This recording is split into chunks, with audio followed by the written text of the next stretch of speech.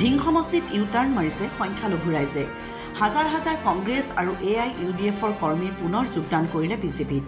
নিৰ্বাচনৰ দিন যিমানেই চমু চাপি আহিছে সিমানেই যেন ধিং বিধানসভা সমষ্টিত ভেটি মজবুত হৈছে বিজেপিৰ। চৰ অঞ্চলৰ সংখ্যালঘু ৰাইজে এইবাৰ বিজেপিক আঁকোৱালি লোৱা দেখা গৈছে। কালি নিশা ধিং সমষ্টিৰ ডুমডুমীয়া মণ্ডলৰ অন্তৰ্গত বৰৈচাকিচৰত হৈ যোৱা নিৰ্বাচনী সভাত বিজেপি জিন্দাবাদ, হিমন্ত বিশ্ব শৰ্মা জিন্দাবাদ, ভাৰত মাতা কী জয় ধ্বনি দিয়ে সংখ্যালঘু ৰাইজে। কালি বৰৈচাকিচৰত সংখ্যালঘু সম্প্ৰদায়ৰ ধৰ্মীয় জলচাহত ধিং সমষ্টিৰ বিজেপি দলৰ প্ৰাৰ্থিত্ব প্ৰত্যাশী খাদিমুল ইছলামৰ নেতৃত্বত প্ৰায় ৫,০০০ সংখ্যালঘু ৰাইজে বিজেপিত যোগদান কৰে। কংগ্ৰেছ আৰু AIUDFে সংখ্যালঘু ৰাইজৰ লগত কেৱল গাদ্দাৰী কৰি আহিছে। কংগ্ৰেছে সংখ্যালঘু ৰাইজক ডি ভোটাৰ বনাইছে। কংগ্ৰেছে সংখ্যালঘু ৰাইজক ডিটেনশ্যন কেম্প উপহাৰ দিছে। কংগ্ৰেছে সংখ্যালঘু ৰাইজক ভূমিৰ পট্টা দিয়াৰ নামত কেৱল ভোট বেংক হিচাপে ব্যৱহাৰ কৰিছে। AIUDFৰ বিধায়ক নিৰ্বাচিত কৰি ধিং সমষ্টিৰ সংখ্যালঘু ৰাইজৰ কোনো ধৰণৰ উন্নয়ন হোৱা নাই, কেৱল বিধায়কজনৰহে উন্নয়ন হৈছে। গতিকে এইবাৰ ধিং সমষ্টিৰ ৰাইজক ভেঞ্চাৰ বিধায়কৰ প্ৰয়োজন নাই। চৰকাৰৰ পক্ষৰ বিধায়ক বিচাৰিছে এইবাৰ ধিং সমষ্টিৰ ৰাইজে। News desk report, Batadrava live. আপুনি কিয় বিজেপিত যোগদান কৰিছে? আমি বিজেপি ভাল পাওঁ। বিজেপি ভাল পায়? অঁ, আমি খাদিমকো আমি ভাল পাওঁ। তাত টিকেটটো দি দিব। খাদিমূলক? অঁ, আপোনালোকে ওচৰৰ সকলো ৰাইজে খাদিমূলক ভোট দিব? অঁ, ওচৰৰ ৰাইজে আমি সকলো আমি ভোট দিম খাদিমক।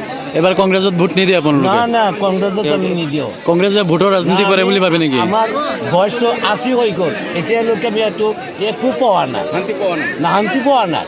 কিয়? আমিনো আজি আছিলে, UDF আছিলে, একো কাম কৰা নাই। UDFত আপোনালোকে ভোট নিদিয়ে? নিদিওঁ। নিদিয়ে? নাই আমি নিদিওঁ। আপোনাৰ নাম মহম্মদ আলী। আজি আপুনি বিজেপিত যোগদান কৰিছে, কি ক'ব? বিজেপিত যোগদান কৰিছোঁ। কিয় বিজেপিত যোগদান কৰিছে? যোগদান কৰিছোঁ, কংগ্ৰেছত ইমান ভোট দিছোঁ, কোনো সমাধান নহ'ল। এতিয়া বিজেপিতে দিবলৈ আমি চেষ্টা কৰি আছোঁ। কি আপোনালোকৰ সমাধান হোৱা নাছিলে? বহুতেই আমি চৰ অঞ্চলত আছোঁ, এতিয়া মই বহুত দুখ পাইছোঁ। হয়, বহুত দিন ধৰি মই কংগ্ৰেছত ভোট দিছোঁ, কিন্তু আমি শান্তি পোৱা নাই। এতিয়া বিজেপিত আমি জইন কৰিছোঁ। এতিয়া বিজেপিয়ে কি কৰে কৰি থাকক। চৰ অঞ্চল আটাইতকৈ দুৰ্গম অঞ্চল, তিনিটিকীয়া চৰ এবং বৰচলি চৰ মছজিদৰ প্ৰাংগণত যিটো আমাৰ নিৰ্বাচনী সভা অনুষ্ঠিত হয়, ইয়াত দেখা গৈছে যে মানুহ বহুত সময়তে অপেক্ষা কৰি আছিলে। আমাৰ ৰাস্তা ভুল হৈছিলে, ঘূৰি আহিলোঁ, যদি নদী পাৰ কৰি আহিলোঁ, তাত কমচে কম দেখা গৈছে কমচে ৫,০০০ মান সমবেত হৈ আছে। তো সকলো মানুহ স্বতঃস্ফূৰ্তভাৱে ওলাই আহিছে, ওলাই আহি বিজেপিক সমৰ্থন ওলাই আহিছে। আৰু এনে কংগ্ৰেছৰ বিৰুদ্ধে ক'ব বিচাৰিছে, UDFৰ বিৰুদ্ধে ক'ব বিচাৰিছে যে কংগ্ৰেছে আৰু UDFে যে সংখ্যালঘুক প্ৰতাৰণা কৰিছে, ধোকা দিছে, সেই কথা ৰাইজে উপলব্ধি কৰিছে। আৰু এইবাৰ নিশ্চয় চৰকাৰী পক্ষ থাকিব। আৰু যদি আমাৰ চৰকাৰী পক্ষৰ ফালৰ পৰা উৰ্ধ্বতন কৰ্তৃপক্ষে যাকে আমাক টিকেট দিয়ে, এইবাৰ ধিং সমষ্টিৰ পৰা বিধায়ক যে আমাৰ চৰকাৰী পক্ষে জিকি যাব, এই কথা নিশ্চিত হৈ পৰিছে, তাত কোনো সন্দেহ নাই। ৰাইজে আপোনাক বিচাৰিছে, আপুনি কি ক'ব?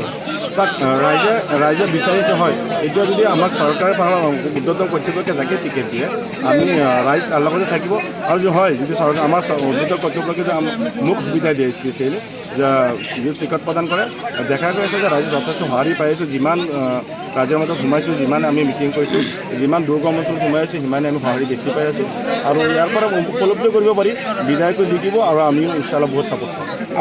আপোনাৰ নেতৃত্বত চৰ অঞ্চলত হাজাৰ হাজাৰ সংখ্যালঘু ৰাইজে বিজেপিত যোগদান কৰি আছে, কিন্তু মুখ্যমন্ত্ৰীয়ে বাৰে বাৰে মুছলমানক যি কথা কয়, তাৰ প্ৰতি আপুনি কি ভাবিব? চাওক, কিন্তু গাত পাতি ল'ব নালাগে, কাৰণ চৰ অঞ্চলৰ মুছলমানে যে কয় সেনেকৈ নহয় কথাবিলাক। যে CM ছাৰে কৈছে যে 71 পিছত যিসকল আহিছে সেইসকলক কৈছে, আৰু আমাৰ চৰ অঞ্চলত সেনেকুৱা মানুহ নাই নহয় যে 71 পিছত অহা মানুহ নাই, দেখা পোৱা নাই। যদি কোনোবা আছে আমি সেইসকলক আমি ছাপোৰ্ট নকৰোঁ। আৰু যিসকল আছে ইয়াত সকলোৱে 71 আপোনাৰ NRC আছে, লিগেচি ডাটা চবৰে আছে। 71 আগত অহা মানুহ এইসকল মানুহ আছে। আগতে সংখ্যালঘু ৰাইজসকলে বহু ক্ষেত্ৰতো বুজি পোৱা নাছিল। তেওঁলোকে ভাবিছিল UDF আৰু কংগ্ৰেছে আমাৰ কথা, কিন্তু লাহে লাহে দেখিছে যে বহু সময় ধৰি কংগ্ৰেছে ৰাজত্ব কৰিলে আমাৰ সংখ্যালঘু ৰাইজৰ যিখিনি মৌলিক সমস্যা তেওঁলোকে কিন্তু সমাধান কৰিব নোৱাৰিলে। আজি যিমানবিলাক আইন আছিল কংগ্ৰেছে বিভিন্নতে উদ্ভাৱন হোৱা, এইখিনি মাত্ৰ বিজেপিৰ চৰকাৰখনে বা বিজেপি দলে ইমপ্লিমেণ্টেশ্যনহে কৰিছে। কিন্তু ইয়াৰ আগতে ডি ভোটাৰে হওক, আপোনাৰ এই যে PGI VGI হওক বা গৰা খহনীয়াত এখন গাঁও ধৰি লওক সম্পূৰ্ণভাৱে গৰা খহনীয়াত ডুব গৈছে, সেই মানুহখিনি ক'ত যাব? সেই মানুহখিনি নিশ্চয় কোনোবা জেগাত আহি বাস কৰিছে। সেই মানুহসকলক যদি আগতেই যদি মাটি পট্টা দি যোৱা হ'লে আজি এইখিনি সমস্যাখিনি নহ'লে। সেইকাৰণে এতিয়া ৰাইজে বুজি পাই উঠিছে। আজি চাওক, পবিত্ৰ এটা জলচা, য'ত আমাৰ মানুহসকলে ইয়াত আপোনাৰ মহান আল্লাক হেৰি কৰে, তেখেতৰ হৈ তিলোৱাত কৰে।